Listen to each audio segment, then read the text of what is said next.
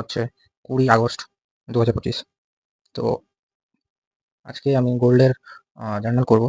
আর একটা খুব ভালো নিউজ আছে যেটা মিডিলে দিব, যাতে কেউ না ধরতে পারে, কারণ আছে।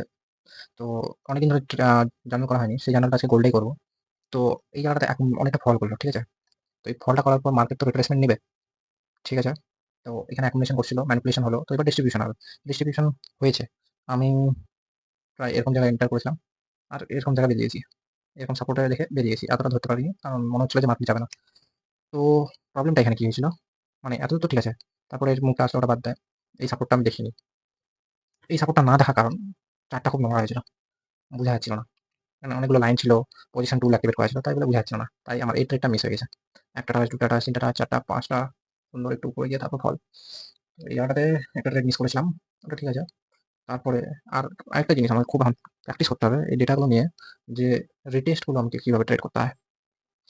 এখানে দেখ ফল হয়েছে রিটেস্ট। তো এখানে লেসন হচ্ছে এক, যে আমাকে চার্ট পরিষ্কার করে রাখতে হবে, চার্টটাকে পরিষ্কার রাখতে হবে। দুই হচ্ছে আমাকে রিটেস্ট অ্যাক্টিভেট করতে শিখতে হবে। এখান থেকে এরকম 1:1 বা যে লিকুইডিটি পর্যন্ত নেওয়া শিখতে হবে। আর তারপর রিটেস্ট এন্ট্রি, মানে এখানে যে প্রফিট কামালাম এটাকে রিস্কে লাগিয়ে আমাকে রিটেস্ট এন্ট্রিটা শিখতে হবে। তো তাহলে নোট বানানো যাক, কি শিখতে হবে, দুটো জিনিস শিখতে হবে। একটা হচ্ছে ক্লিন চার্ট, দ্বিতীয় হচ্ছে রিটেস্ট এন্ট্রি। এই রিটেস্ট এন্ট্রিগুলো দেখে বুঝতে হবে, কারণ আমি যেগুলো দেখছি সেগুলো রিটেস্ট এন্ট্রি আমি মিস করে দিচ্ছি। এখানে রিটেস্ট এন্ট্রি ছিল না, যার উপর রিটেস্ট এন্ট্রি করে দিব। তো এটা হলো একটা। তারপর দ্বিতীয়, এখানে আবার ফল করেছে এত, আর এখানে একটা সুন্দর সাপোর্ট দিচ্ছে, প্লাস এখানে একটা ট্রেন লাইনও ছিল, ঠিক আছে। তিনটা টাচের ট্রেন লাইন ছিল। এখানে আমি অ্যাক্টিভেট হই, এরকম জায়গায় অ্যাক্টিভেট হই, এসএল এখানে থাকে। কিন্তু যেহেতু আমার কনফিডেন্স ছিল না, আর আরেকটা জিনিস সেটা হচ্ছে এরকম জায়গায় রাখছিলাম আমি এসএল, যেটা আমার রাখা দরকার ছিল না, যেটা এখানে রাখলে যথেষ্ট। 7 পিপ গুড রিজন ছিল, সাপোর্ট ছিল, ট্রেন লাইন ব্রেক ছিল, অ্যাকুমুলেশন ছিল। আর এখানে স্ট্রেংথটা কম ছিল। এখানে স্ট্রেংথ জিনিসটা দেখে রাখা খুব ইম্পর্টেন্ট। তো ঠিক আছে, এখানে আমি এতটা না কামিয়ে আমি অল্প কামিয়ে বেরিয়েছি। আর এটা আমি মেন অ্যাকাউন্টে নিতে পারিনি। তাই যা দেখছি যে আমি ঠিক ট্রেড করছি, কিন্তু মাঝে সাঝে এই যে এরকম জায়গাগুলোতে আমি ফেঁসে যাচ্ছি, ফেঁসে যাবো। আমি কেন, সবাই ফেঁসে যায়। তো এই জায়গাগুলো অ্যাভয়েড করতে হবে। তাই বলে একটা সেট আপে একটা ট্রেড, তাই বলে কি করতে হয়, one set up, one set up, one trade, if if it is a plus, then another 1%। মানে এটা বুঝতে গেলাম যে দেখ, এটা তো একটা ইয়ে সেট আপ হলো, বাই মানে বাই সেট আপ এখানে বিল্ড হলো, চেঞ্জ অফ ক্যারেক্টার হলো, এটা আসবে নিচে এরকম জায়গায় অর্ডার ব্লকে ট্যাপ করবে, এরকম অর্ডার ব্লকে ট্যাপ করবে, তারপরে তো উপরে যাবে, তাই না। আর তারপরে এখানে ফ্ল্যাগ বানিয়েছে তিনটা, আচ্ছা আচ্ছা, চারটাও হয়ে যাচ্ছে, কিন্তু মার্কেট উপরে যেতে ইচ্ছুক নয়। তো এখানে কিছু জোর করতে পাঠাতে পারবো না। আর চেঞ্জ অফ ক্যারেক্টারও হচ্ছে না, change of character break of স্ট্রাকচারও হচ্ছে না। তাই এরকম এগুলোতে খুব কেয়ারফুল থাকতে হবে। তাই যদি আমি এরকম জায়গায় অ্যাক্টিভেট হয়, যেটা এখানে হয়েছে, ওটা এসএল আমার এখানে থাকবে, এসএল গেছে। তো এখানে ম্যাক্সিমাম পরে আরেকটা নেওয়া যেত, ঠিক আছে। এটা এখানে হয়নি, পরে প্লে আউট করেছে, তাই বলে আরেকটা পয়েন্ট, এটা হচ্ছে do not try too much, মানে too hard, too much hard, do not try too much hard, let it be simple and easy, make easy money, go with easy money, don't try to over smart and try to make too much money, means hard money. Trading is all about easy money, trading is about easy money। তো ঠিক আছে, এটা হয়ে গেল। এটা এটা নেওয়া যেত, কিন্তু আমি নিতে পারতাম না। এখানে ব্যাক স্ট্রাকচার করে নেওয়া যায়, কিন্তু আমি নিতে পারতাম না। তারপরে এই জায়গাটাতে আমি দেখছি যে কোনো সেট আপ নাই, ঠিক আছে। কিন্তু পরে মনে হলো হ্যাঁ সেট আপ আছে। তো এখানে আমি একটা ট্রেন লাইন ড্র করলাম, ঠিক আছে। এটা আমি 5 মিনিটে দেখছিলাম। তো 5 মিনিটে দেখছিলাম যে এখানে ব্রেকআপ চেঞ্জ অফ ক্যারেক্টার হয়নি। চেঞ্জ অফ ক্যারেক্টার বলতে পারো বা ব্রেকআপ স্ট্রাকচার বলতে পারো, এটা ব্রেকআপ স্ট্রাকচার হচ্ছে, চেঞ্জ অফ ক্যারেক্টার তো আগে হয়ে গেছে। চেঞ্জ অফ ক্যারেক্টার তো এখানে দিয়ে দিয়েছে, ঠিক আছে। তো আমি ভাবলাম নেওয়া যাক, কিন্তু ওয়েট করে যায়, বলা যায় না, ট্যাপ করলেও আবার উপরে চলে যেতে পারে গোল যেহেতু। তো এখানে ঠিক তাই, ট্যাপ করেনি, তার আগেই সাপোর্ট নিয়ে চলে গেছে উপরে। এখানে যে উপরে গেল, আমি আবার এখানে ভাবলাম, মানে ইমেজিনারি জাস্ট পজিশন টুল লাগিয়ে বসলাম, যেখানে একটা বাই পজিশন বানাবো, চলে যাবে। তারপরে আমি নিজের কাজে চলে গেলাম। এটা ভুলে গেছি দেখতে, এটা কালকে বলেছি যে ট্রেড অনেক মিস হয়েছিল। তো এখানে একটা ব্রেকডাউন এসেছিল সুন্দর, যেটা আমি ট্রেড করতে পারতাম। তো ঠিক আছে, এটা হচ্ছে গোল্ডের রিভিউ কালকে পর্যন্ত। তো আজকে প্ল্যান ছিল যেখানে এখন মিনিট করছে, এটা সুন্দর একটা সাপোর্ট এরিয়া, ঠিক আছে। ফিবোনাচির সাপোর্টও আছে, আর ফিবোনাচি একটু বেশি ঢুকে গেছে, মানে 62% পাড়িয়েছে। দেখি 62% পেরিয়েছে মনে হয়, জানি না, পেয়েছি দেখি, 62 মনে হয় পাড়িয়েছে, 62 পেরিয়েছে। তো এখানে এই মানে এটা এমনি সাপোর্ট সাপোর্ট তো মার্কেটে, হ্যাঁ সাপোর্ট আছে। তো এই জায়গাটাতে গোল্ড সাইডওয়েজ হলো, ট্রেন্ড লাইন তো আসেনি, কিন্তু মার্কেট স্ট্রাকচারে শিফট এসেছিল, এখানে চেঞ্জ অফ ক্যারেক্টার হলো, মনে হলো নিয়ে নিই, কিন্তু তারপর ভাবলাম এটা গিয়ে যদি আবার ট্যাপ করে লিকুইডিটি গ্র্যাব মানে ম্যানিপুলেশন করে, যদি অ্যাকুমুলেশন ম্যানিপুলেশন তারপর ডিস্ট্রিবিউশন করে, তাহলে তো আমার লিকুইডিটি হান্ট হয়ে যাবে, তাই নিয়ে নিই। তবে একটা টাচ, দুটো টাচ, তিনটা টাচ, চারটা টাচ, পাঁচটা লিকুইডিটি, মানে এখানে হচ্ছে তোর অ্যাকুমুলেশন, এখানে হলো ম্যানিপুলেশন, এখানে হচ্ছে ডিস্ট্রিবিউশন। তো এই ম্যানিপুলেশন গুলো একটু দেখে রাখতে হবে, ম্যানিপুলেশন থেকে তো টাকাটা বানানো যায়, মোস্ট টাকা তো এখানেই বানানো যায়, মানে এইটার ভিতরে না, এই জায়গা থেকে ম্যানিপুলেশন হয়ে গেল। এখানে এন্ট্রি নিলি, মানে এখানে এন্ট্রি নিতে কিন্তু ভয়ের ব্যাপার, ভয়টা হচ্ছে এটাই যে এখানে গেল ভিতরে একটু ফ্রেশ বায়ার দেখে নিল, এখানে ব্যাস তারপর পড়তে শুরু হয়ে গেল, সেটা হতে পারতো। তো দেখা যাক কি হয়েছে, এখানে সেটা হয়নি, একটু দাঁড়িয়ে যেতে হতো কিছুক্ষণ, এখানে একটু স্প্রেড আউট হতে হতো, যাতে মানে ফ্রেশ সেলারদেরকে ট্র্যাপ করা হোক, তারপরে এখানে এটার উপরে বাই ইয়ে করে, এখন হয়ে গেছে, তারপর দেখে বলতে সুবিধা লাগে। এই রিয়াল এই টাইমে হতো না যেহেতু, এখানে ভাব আমি বাই করলাম, ভাব, কিন্তু এখানে তো হতো না, যখন নিজের টাইমে মানে রিয়েল টাইমে যখন ট্রেডটা তখন ফেটে হাতে চলে আসতো। তো এই জায়গাটা আমার স্টপ লস থাকতো এখানে বা এখানে, এখানে বেস্ট হবে, এই জায়গাটাতে আমাকে 1:1 নিয়ে বেরিয়ে যেতে পারতাম, ঠিক আছে। একটা ওখানে সেটা হয়ে গেল। তো এই ম্যানিপুলেশন সেটআপ, এখানে দুটো জিনিস আমাকে টেস্ট এন্ট্রি শিখতে হবে, আর একটা হচ্ছে অ্যাকুমুলেশন, ম্যানিপুলেশন আর ডিস্ট্রিবিউশন, এই জায়গাটাতে শিখতে হবে, ঠিক আছে। এটা বললে হয়ে গেল। তারপরে আছে ইউরোচিপ। এই যে এটা তো এমনিতে আমি বলেছিলাম যে এই সেটআপটা আমার খুব ভালো লাগছে না। তো কথাটা হচ্ছে যে যেগুলো সেটআপ আমার ভালো লাগছে না সবগুলো কিন্তু কাজ করেছে, কেন কাজ করবে না, এখানে যে এতটা মাল্টিপল টাচ হয়েছে, মানে প্রচুর এখানে মানে সেলাররা চাইছে নিচে চলতে, কিন্তু বায়াররা এসে বারবার টেনে নিচ্ছে, এখানে সেলাররা ট্রাই করছে প্রচুর, কিন্তু মানে সেলার বলছি বায়াররা ট্রাই করছে এটাকে উপরে উঠানো, কিন্তু সেলাররা ধাক্কা মেরে মেরে নামাচ্ছে। তো এখানে আরেকটা জিনিস দেখাচ্ছিল, সকালবেলা আমি একটা নিয়েছিলাম, যে এখানে একটা দুটো তিনটা টাচ, মানে এটা হয়ে যাচ্ছে আমার একটা ইয়ের মধ্যে কি বলে সেটআপের মধ্যে সেটআপ হয়ে যাচ্ছে, মানে খুব এ প্লাস সেটআপ হয়ে যাচ্ছে। হ্যাঁ এ প্লাস সেটআপ হয়ে যাচ্ছে, হ্যাঁ এ প্লাস সেটআপ হয়ে যাচ্ছে। তো এ প্লাস সেটআপ হয়ে যাওয়ার জন্য আমি একটা ট্রেড নিয়েছিলাম, কিন্তু এই জায়গাটা এতটা অ্যাকুমুলেট করতে লাগলো যে আমি ট্রেডটাকে এখানে কেটে দিলাম, এতদূর না হওয়ার পরে ফালতু টাইম নষ্ট, এনার্জি এনার্জি ফালতু এনার্জি, টাইম হচ্ছে বেশি, এনার্জি নষ্ট করে এখানে লাভ নেই, তাই বলে ট্রেডটাকে আমি কেটে দিয়েছি। খুব ভালো ডিসিশন ছিল, যাকে তুই এটাকে কিছু করতে পারতি না, ঠিক ছিল, ভালো ছিল, ভালো ডিসিশন নিয়েছিস। এই মাঝে মাঝে ট্রেড কাটাটাও ঠিক।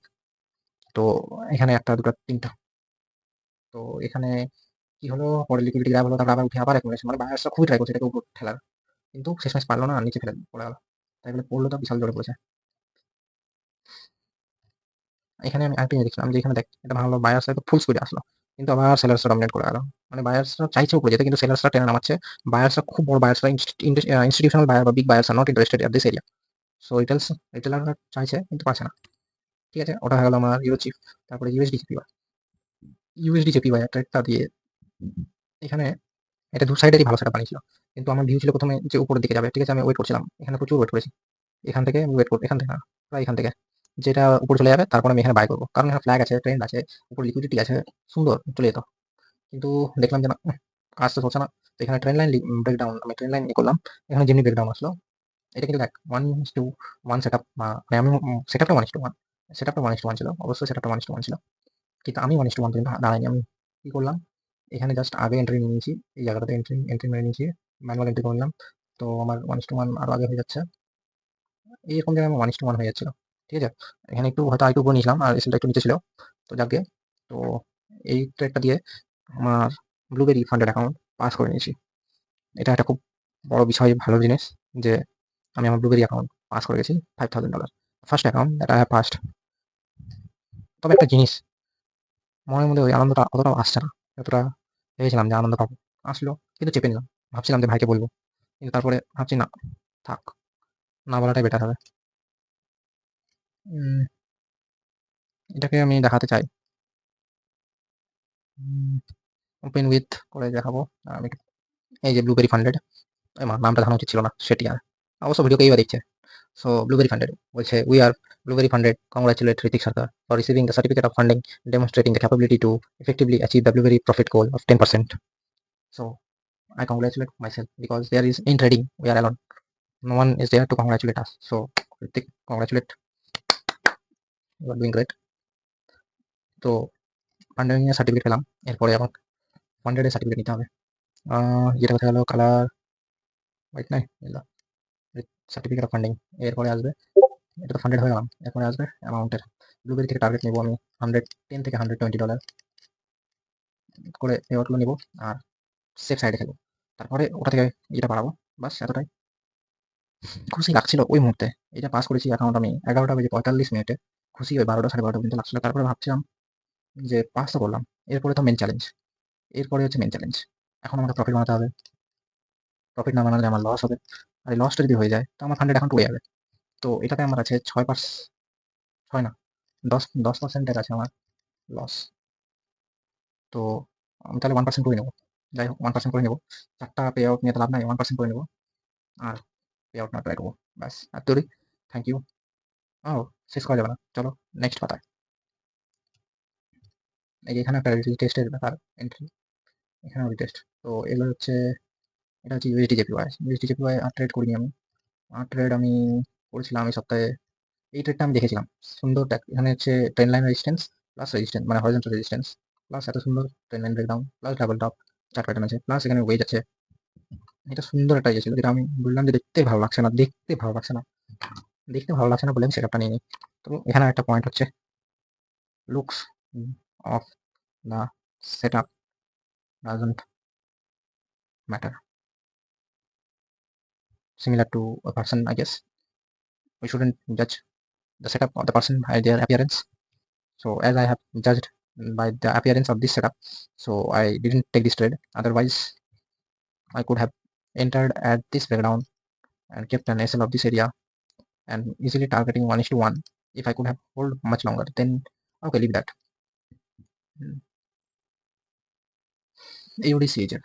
So AUD CHF, see, and also you need to learn about how to trailing SL of 20 or 25% quantity. এইটা আমাকে শিখতে হবে যে কখন আমাকে 20 মানে 20 বা 25% আমাকে ট্রেল করতে হবে। তো সবচেয়ে বড় কারণ কখন ট্রেল করতে হবে, যখন আমাকে ট্রেন্ড কন্টিনিউয়েশন দেখাচ্ছে। এখানে তো ট্রেন্ড চেঞ্জ হলো, তারপরে এখানে একটা ট্রেন্ড কন্টিনিউয়েশন সেটআপ দেখাচ্ছে। তো এইখানে আমাকে ইয়ে করতে হবে, সেটআপটা নিতে হবে।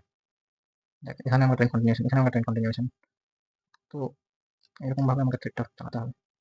এখানে যদি আমি হেল্প নেই ইন্ডিকেটর হেল্প নেই, সুপার ট্রেন্ডের হেল্প নেই, সুপার ট্রেন্ড কি বলছে, এখানে আমার পজিশন কেটে গেল, তারপর আবার অ্যাক্টিভেট হয়েছে। ঠিক আছে, এখানে আমার পজিশন, এইটাতে আমার পজিশন কেটে গেল। তো 1:1 এর জায়গায় আমি বানালাম 1:4 ধরে নেয়। তো ওই 20%টা যদি আমার 4 অব্দি যায় তাহলে হচ্ছে ওদিকে আমরা আছি 8% মানে 0.8%, আর এদিকে ওই 20% দিয়ে আমার হয়ে যাচ্ছে 0.8%, মানে টোটাল 1.6% হয়ে যাচ্ছে। 0.6 এর বেশি হচ্ছে, মোটামুটি ঠিক আছে। ইউডিজেপিওয়াই এই যে এখানে এই ট্রেডটাও আমি নিইনি।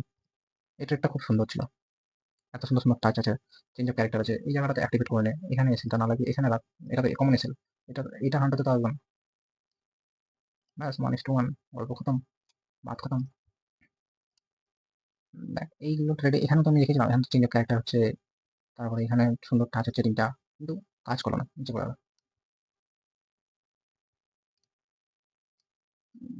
এখানে এক্সপেক্ট করেছিলাম এখানে পুরো এটা উঠে উপরে চলে যাবে, কিন্তু হয়নি। এর জন্য স্ট্রাকচার ব্রেক করা, ট্রেন লাইন ব্রেক করা, ওয়েট করা, কনফার্মেশন নেওয়া খুব ইম্পর্টেন্ট। হুট করে ঢুকে গেলাম, কাজ করে গেল, বেরিয়ে গেল, ওরকম হয় না। ঠিক আছে, অনেক বড় ভিডিও বানিয়ে নিয়েছি, আরও অনেক কিছুই বানানো যেত। ক্যাট সিএইচএফ আমি নিয়েছিলাম কি, আমি ক্যাট জিপিওয়াই নিয়েছিলাম। এই জিপিওয়াই আমি লাস্ট এন্ট্রি করেছিলাম। তো হ্যাঁ, এখানে হচ্ছে একটা জিনিস শেখা, correlational setup, take two trades in two setups. 0.75% করে রিস্ক নিলে যা হয়ে গেল, এখানে 0.75 করে নিলাম, ওখানে 0.75 করে নিলাম। তো আমি এখানে লাস্ট এন্ট্রি করেছিলাম এরকম জায়গায়, স্টপ লস রেখেছিলাম এরকম উপরে, আর এরকম জায়গায় ব্যাস নিয়ে বেরিয়ে গেছিলাম, গল্প শেষ করে দিয়েছিলাম। এই যে এখানে দেখ রিটেস্টের গল্প খুব টাফ। ইউরোতে সুন্দর ট্রেড, এই যে দেখ এই ট্রেডটা দেখ, এখানে রিটেস্ট দিচ্ছি, রিটেস্টের পর সবচেয়ে বেশি দৌড়াচ্ছে। এটা আমার একটা ডেটা বানাতে হবে যে রিটেস্টের পর কতটা যাচ্ছে। দেখ সেট আপ রিটেস্টের উপর ডেটা বানাতে হবে। তো আর এটা দেখ এত সুন্দর, এখানে এত সুন্দর অ্যাকুমুলেশন, এতটুকু তো নিতে পারতি, তার সাথে এত বড় অ্যাকুমুলেশন আছে, তো এত তো নেওয়া যায়, তাই না? হিসাবে তো এত নেওয়া যায়। আর আমার 1:1.6 করে আসছে, এটার মধ্যে কনফিডেন্স লাগে ধরে রাখার জন্য। আর 1:1 এখানে প্রথম এটাতে ব্রেকআউট হয়ে যাচ্ছে, ঠিকই আছে, মিস করেছি, ভুল। দেখছি, শিখছি, নিজের উপর কনফিডেন্স রাখতে হবে সেটা কাজ করার জন্য, ভালো সেটা, উল্টাপাল্টা সেটা কাজ করার জন্য না, ভালো সেটা কাজ করার জন্য। সব রুল ফলো হচ্ছে, ক্রাইটেরিয়া ফলো হচ্ছে, তো কেন যাবে না, অবশ্যই যাবে। দেখ 1 টাচ 2 টাচ এটা কিন্তু ব্রেকডাউন আসেনি, কিন্তু কেন ইউরো সিএইচএফ দেখতে ভালো না বলে নিয়ে অদ্ভুত, মানে নিয়েছি কিন্তু ধরে রাখতে পারিনি। ইউরো জিবিপি ফাইনালি কাজ করলো, কিন্তু লিকুইডিটি গ্র্যাব করে তারপরে গেল। চেঞ্জ অফ ক্যারেক্টার হচ্ছে লিকুইডিটি কার্ড পড়ে তারপরে গেছে। এই যে এরকম সেট আপে যত তাড়াতাড়ি পারবি কেটে বেরিয়ে যা।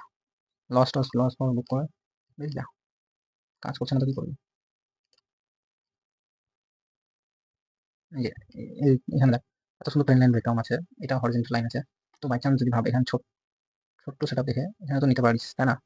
এটা তো এ প্লাস সেট আপে বানাচ্ছিল, একটা কম্বিনেশনের ভিতরে আবার একটা কম্বিনেশন। তো এই যে এখানে এসে এখানে কাজ করছে না, এটা গ্যাপ দেওয়া, বাই চান্স যদি কোনো নিউজ আসে পাক করে দেওয়া নিল হয়ে গেল। কিন্তু এটা দেখছি যে স্পিডে চলে যাচ্ছে, এটা কিছু করার যেত কি যেত না সময় বলতো। যেমন দেখ এখানে ব্রেকআপ স্ট্রাকচার দিয়েছে সুন্দর, এটা সুন্দর ইয়ে হওয়া উচিত কিন্তু কাজ করেনি। দেখ কথাটা হচ্ছে আমার যে কোনটাতে আমার ওখানে এসে লাগানো উচিত, এখন মানে কোনটাতে এখানে এসে লাগানো উচিত আর কোনটাতে এখানে এসে লাগানো উচিত। অনেক কিছু শিখতে হবে, অনেক কিছু ফান্ডিং হয়ে গেলে হয়ে গেল না, অনেক কিছু শেখা বাকি আছে। কোথায় এসে লাগাতে হবে এটাকে আবার একটা টেস্ট। এটা তো এসে আমি এখানে লাগাতে পারতাম, কিন্তু এখানে না লাগিয়ে আমি এরকম জায়গায় লাগাতাম। পার্সেন্টেজ ওয়াইজও আমি দেখছি, দেখ এখানে হচ্ছে যদি লাগাই তো আমার এখানে হয়ে যাচ্ছে 10%, আমার এখানে হলো 50%, মানে 0.15%। তো এটা বেশি আমার ফেভারেবল লাগছে। হুম, পার্সেন্টেজ ওয়াইজটাও ম্যাটার করে। ঠিক আছে, তো আশা করি থাক, গুড নাইট। আরও ছিল দেখবো না, থাক, রাত হয়েছে, good night and all the best.